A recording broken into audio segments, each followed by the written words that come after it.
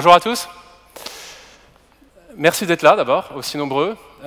Aujourd'hui, on va parler de comment démarrer un cluster Kubernetes en 10 minutes. Donc, petit challenge pour ceux qui ont déjà touché à la technologie Kubernetes. Ça demande un petit temps d'apprentissage. Donc ici, mon grand défi, c'est de vous montrer qu'on peut le faire simplement. Je serai ensuite suivi par Julien Fessol qui viendra nous faire un témoignage. Il travaille dans la société iWi. Il viendra nous faire un témoignage sur la manière dont ils ont, dans leur société, mis en place EKS à la suite en fait, de leur infrastructure qui était au démarrage en Kubernetes gérée à la main. Donc, peut-être une première question. Qui dans la salle ici a déjà monté un cluster Kubernetes?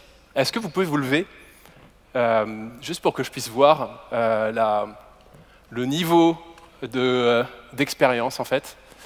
OK, intéressant. Et qui peut rester ici et l'a déjà fait en une dizaine de minutes? Voilà, donc il y a moins de monde. Super, comme ça vous allez tous apprendre quelque chose. Alors, c'est parti. Donc, premier chiffre d'abord. Et ça, c'est pas quelque chose de forcément très intuitif pour tout le monde. Mais on a 51% en fait, des workloads de Kubernetes qui tournent sur AWS. Et AWS prend en fait le sujet de Kubernetes extrêmement au sérieux et ça nous a poussé également à lancer un service managé pour toujours simplifier davantage la vie de nos utilisateurs et de nos développeurs. Service managé, il s'appelle Amazon EKS. Nous allons l'utiliser naturellement dans le cadre de cette session. Et là, en fait, je vais vous montrer l'agenda global de la session. Donc, premièrement, on va faire un petit focus sur le protocole de lancement pour notre cluster. Qu'est-ce qu'on utilise? Quels sont les outils qu'on utilise pour le faire? On va configurer notre environnement de travail, naturellement. Et puis, on va créer notre cluster, parce que c'est quand même le but. On va profiter aussi du temps de création de ce cluster pour comprendre en fait, ce qui se passe réellement behind the scene.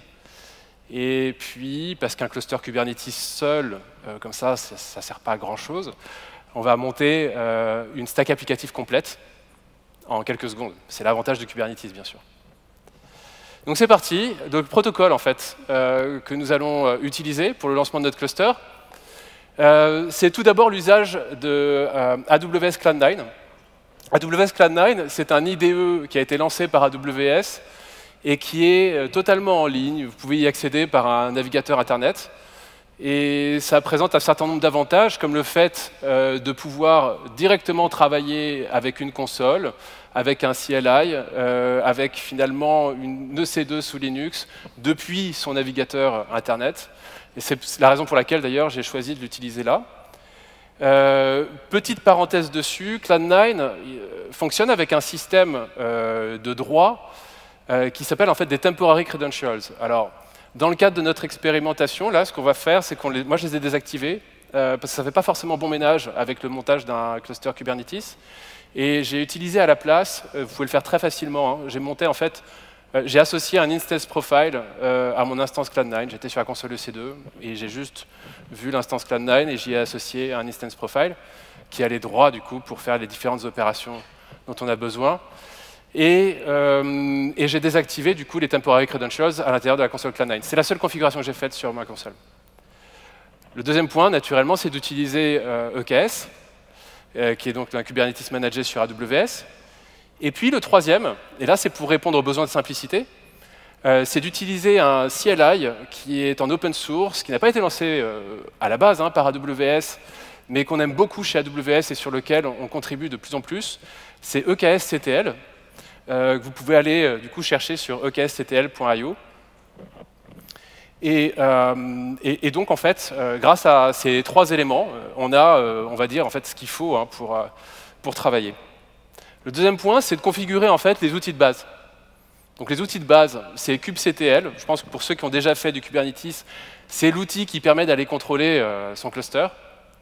Il y a également un outil qui a été lancé par AWS qui s'appelle AWS IAM Authenticator. C'est pour pouvoir gérer c'est pour faire la gestion de droits avec IAM et le cluster. Donc c'est un outil en fait qui est essentiel à partir du moment où vous avez envie de travailler avec EKS. Et donc, on va l'installer également. Vous allez voir, c'est pas très complexe. Donc, c'est parti. Alors ici, c'est parti dans le sens où on va mettre les mains dans le cambouis, on va dire. Donc, ici, c'est cette console Cloud9. Pour ceux qui l'ont déjà essayé, elle est assez... je ne l'ai pas customisée particulièrement. J'ai gardé la configuration de base, sauf cette histoire d'instance profile. Donc, ce qu'on va faire, c'est qu'on va lancer nos premières opérations d'install. Donc, pour les premières opérations d'install, alors ici, je grossis un petit peu. Donc, pour les premières opérations d'install, on va aller sur la documentation en fait, d'AWS. Et notamment avec la possibilité de télécharger directement le software, enfin les binaries de kubectl. Donc ici, c'est simple, un simple copier-coller. On revient sur la console, on colle. Je pense que jusqu'ici, tout va bien. Et donc ça se télécharge assez rapidement. Ensuite, ce qu'on va faire, c'est qu'on va le paramétrer un tout petit peu, d'abord le rendre exécutable. Et ensuite, opération suivante, on va le copier dans un répertoire bin pour être en mesure de pouvoir l'appeler. Et dernière opération, le mettre dans le pass. Comme ça, il sera reconnu immédiatement. Voilà, une fois qu'on a fait ça, ce qu'on peut faire, c'est tester, s'assurer que ça fonctionne comme on veut. Et voilà, donc c'est installé.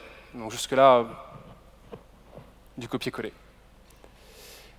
On va faire la même chose pour l'AWS IAM Authenticator. Donc pareil, sur la documentation. Je vous engage à aller la voir. Il y a directement la possibilité de pouvoir télécharger du coup l'archive avec notre applicatif. Donc ici, ce que j'ai fait, c'est que il faut aller comme je travaille avec Cloud9, je récupère les binaries Linux.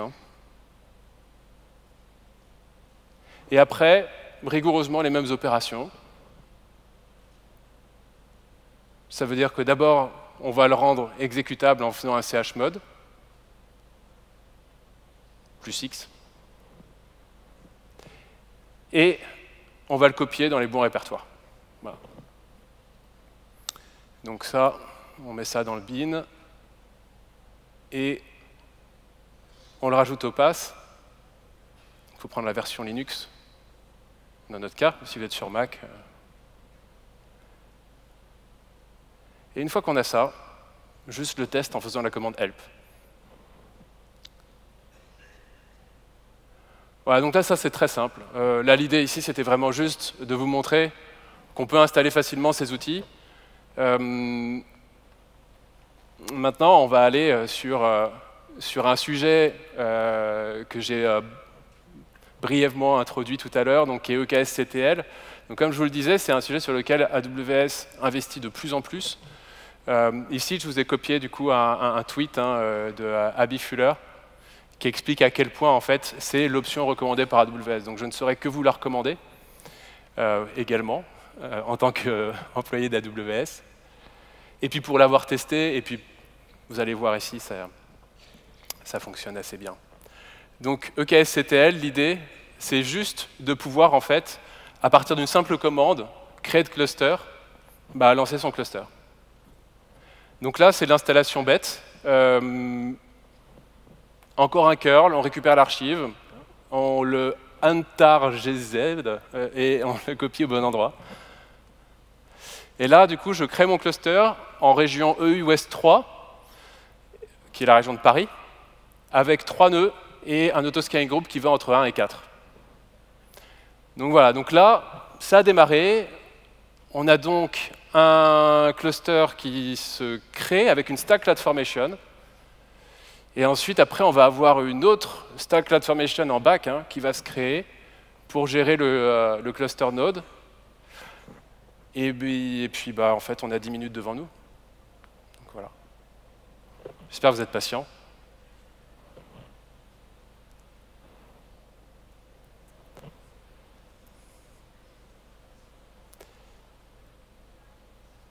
Il n'y a pas le son. Mais pour ceux qui ont reconnu, c'est une petite scène de la Cité de la Peur, pendant ce temps à Veracruz. Donc, effectivement, on va se retrouver ici, dans une situation où on est obligé d'être un minimum patient.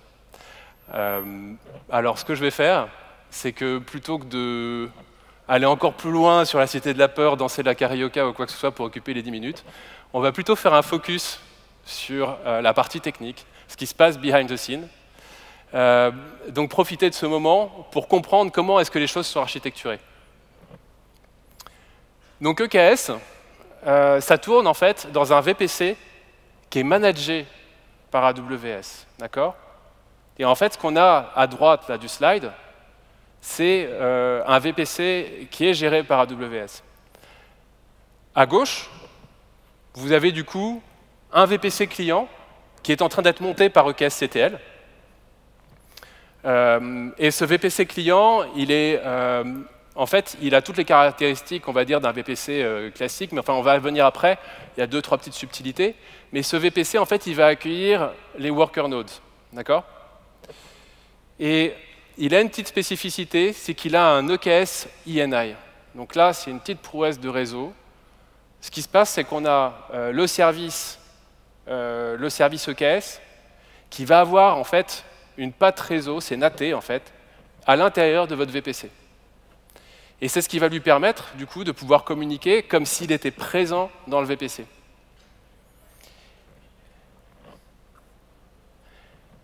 Donc, dans les ressources réseau qui sont créées par EKS-CTL, on a un VPC.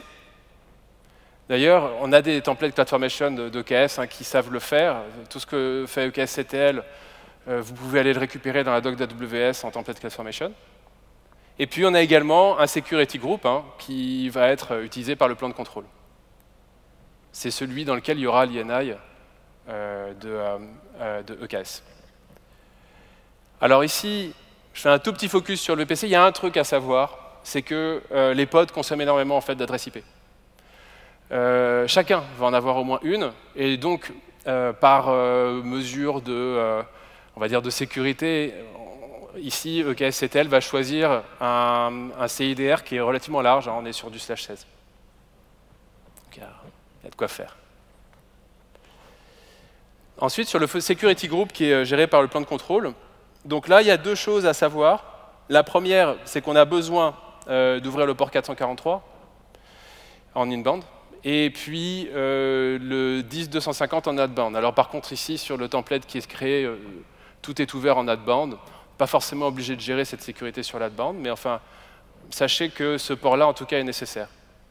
Le deuxième point, c'est que les worker nodes auront également leur security group, et qu'en fait, le security group de ce plan de contrôle devra s'accorder, en fait, accorder des permissions au security group des worker nodes.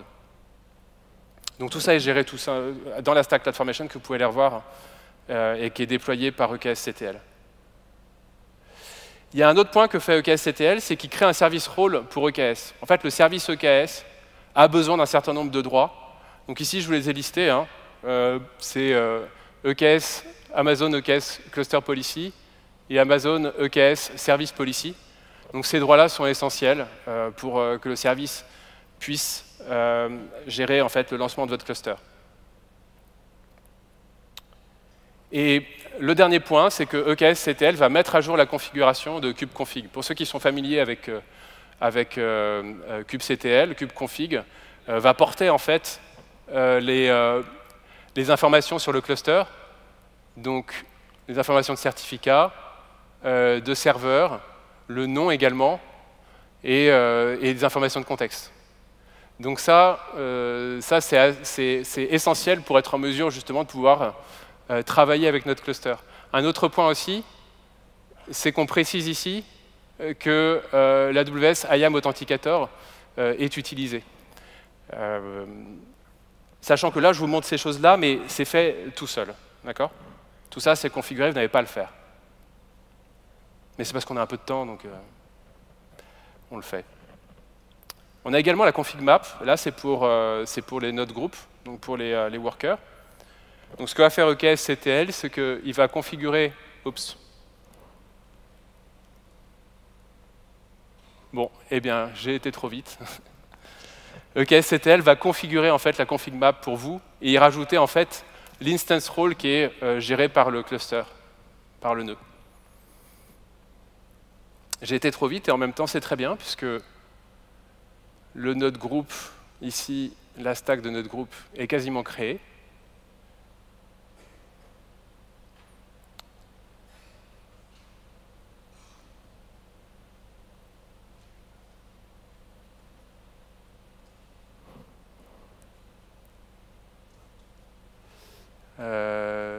Voilà.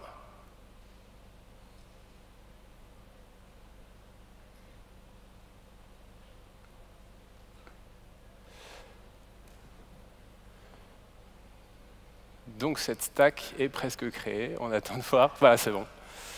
Donc on a la config map qui a été mise à jour, et là ici on peut le voir, hein, c'est précisé, mais effectivement le rôle de notre node a été rajouté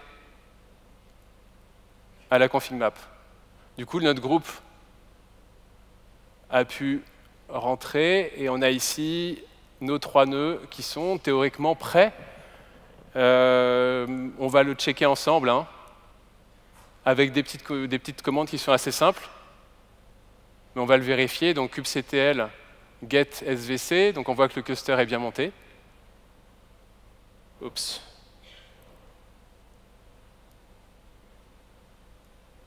Et je le refais. Je refais la commande parce qu'il y en a une qui nous intéresse aussi, qui est sur la gestion des nodes. Ça va bien? Bien. Voilà, get svc. Et nous avons également get node watch. Voilà. Donc on peut continuer. Et là maintenant, il est temps de déployer une stack applicative. On a notre cluster et on va en faire quelque chose. Donc ici, je suis parti en fait sur GitHub. Il y a un repository Kubernetes Examples. Et à l'intérieur, on a un guestbook. Donc c'est une petite web app hein, qui est développée en Go. Et le but du coup de cette petite web app, c'est de pouvoir taper des mots et de les enregistrer, en fait, de les mettre, de les faire persister, on va dire, sur un cluster Redis qui a un master node, et puis également, il a un réplica set de 2 nœuds pour du slave. Donc ici, je fais un clone hein, du repository GitHub, tout simple, et je vais dans le répertoire qui nous intéresse. Ici, en JSON, je vois que j'ai des fichiers en fait, qui vont nous permettre de définir les contrôleurs et les services, tant pour Redis que pour notre web app, qui est, donc, comme je le répète, écrit en Go. Donc ici, juste le fait de pouvoir appliquer le contrôleur du Redis master. Et pareil, ici, on va faire la même chose pour le service. Une fois qu'on a ça, on continue avec les slaves.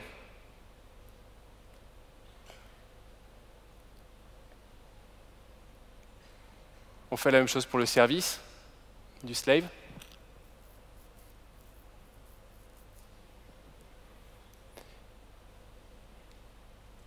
Et enfin, on s'occupe du guestbook. Donc le guestbook, on commence par le guestbook controller.json.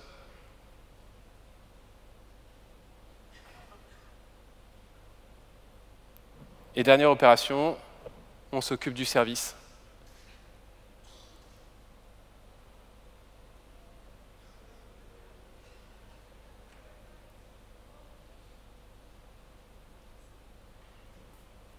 Voilà.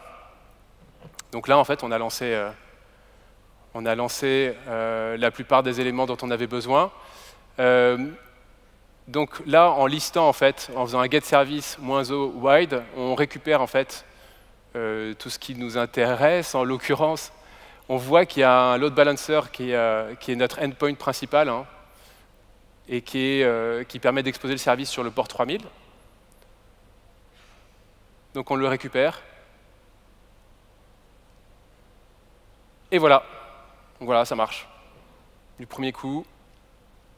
Et nous avons donc monté un environnement de travail, lancé un cluster Kubernetes avec toutes les ressources réseau associées, et un applicatif qui tourne du coup, on va dire, sans encombre, avec un cluster qui répond bien. Et surtout, on l'a fait de façon simple. Et ça, grâce à la technologie d'Amazon EKS. Voilà. Je vous remercie pour votre attention.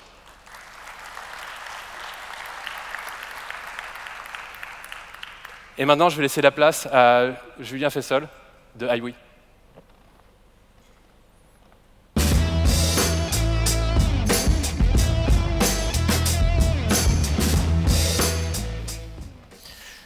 Bonjour à tous. Merci Paul d'avoir donné l'occasion à iWi de venir cet après-midi. Je m'appelle Julien Fessol, je suis architecte de la plateforme iWi.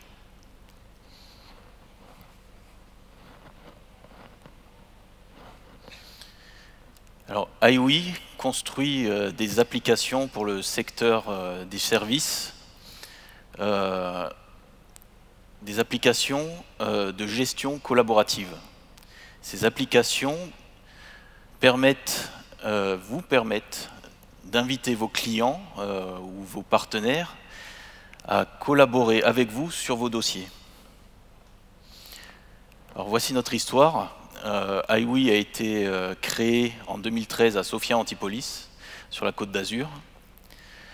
En 2015, nous déployons pour la première fois notre plateforme chez AWS dans le cadre de la gestion d'un grand nombre de sinistres corporels. L'application a été développée en 12 semaines seulement. En 2015, nous effectuons notre première levée de fonds de 3 millions d'euros et à l'heure actuelle, la société compte 25 collaborateurs et connaît une forte croissance du nombre de projets clients. Alors dans iWi, le dossier est au cœur de la collaboration. À travers lui, on accède, c'est à travers lui qu'on accède en fait à un grand nombre de fonctionnalités intégrées et chaque dossier va constituer un espace de travail collaboratif. Il va rassembler vos données métiers, des documents, mais aussi des communications, des rendez-vous, des tâches. Et chacun des participants en aura une vision contextualisée qui dépend de son rôle. Une application iWi est construite sur la base deux solutions métiers existantes. Et ces solutions reposent sur un ensemble de modules et de fonctionnalités standards entièrement paramétrables. Dans ces fonctionnalités, on a par exemple une gestion riche de documents avec la possibilité de générer des documents à partir des données du dossier. Il y a tout un volet communication avec la possibilité d'envoyer des emails et de recevoir des emails, des SMS aussi, directement depuis un dossier. Ou lorsque votre interlocuteur est utilisateur iWi, eh bien on peut communiquer avec lui directement sur la plateforme via des messages sécurisés. On peut aussi citer une gestion d'agenda synchronisable avec Outlook, Google, une fonctionnalité de recherche et d'affectation de ressources, et bien sûr du reporting pour pouvoir piloter l'activité. Et pour autant, développer une application iWi, ça ne revient pas à écrire des lignes de code, mais ça consiste à décrire l'application sous la forme de fichiers de configuration. Et c'est ça qu'on qualifie d'approche zéro code. Alors voici un schéma simplifié de notre architecture de production avant la migration sur EKS. Notre infrastructure se déclinait en 3 plateformes, développement, staging et production. Sur ce slide, on ne voit que la production. Et l'ensemble de ces environnements pour l'ensemble de ces environnements, on avait à peu près une douzaine d'instances EC2 pour le seul support des microservices.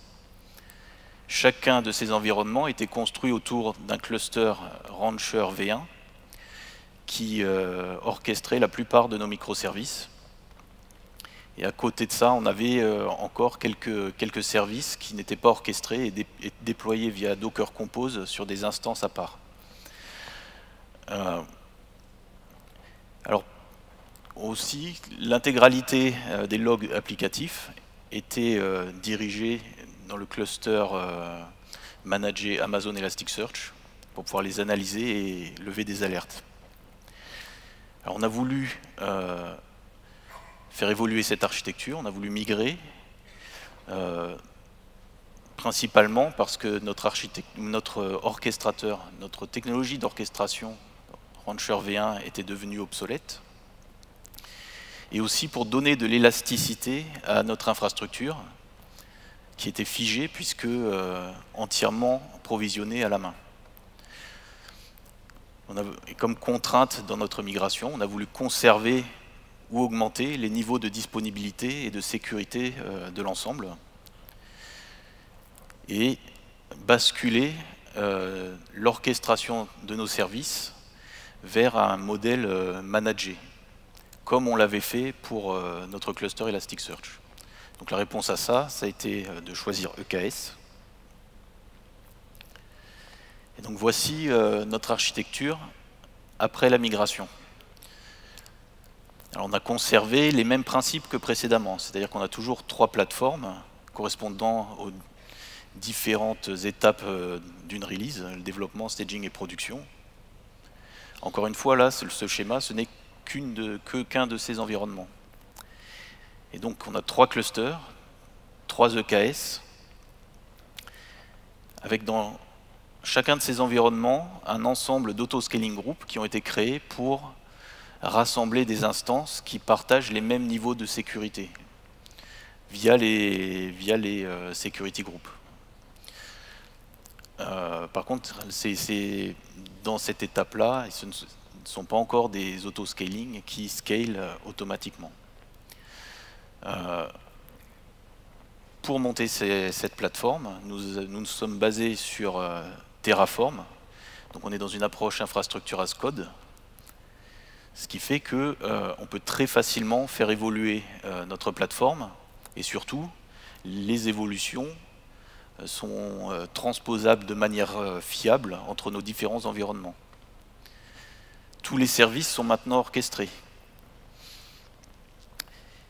Et avec les auto-scaling groups, ça devient très facile de rajouter des instances. Et donc on en a profité pour augmenter le nombre d'instances de notre plateforme. Elles sont plus petites mais plus nombreuses, ce qui permet d'augmenter la résilience du système. Alors je vais dire 2 mots sur le monitoring. Lors de notre migration, on a conservé notre infrastructure de collecte et d'alerting basée sur les logs, donc qui était basée sur FluentD et Elasticsearch. Ça s'est intégré très facilement dans Kubernetes puisque ce modèle-là, il est même décrit dans la documentation de Kubernetes. Et on l'a complété avec une surveillance fine du comportement du cluster basée sur les outils Prometheus et Grafana, qui sont là aussi des standards du monde Kubernetes. Et d'ailleurs, tous les modules Kubernetes exportent des métriques dans le format d'ingestion de Prometheus.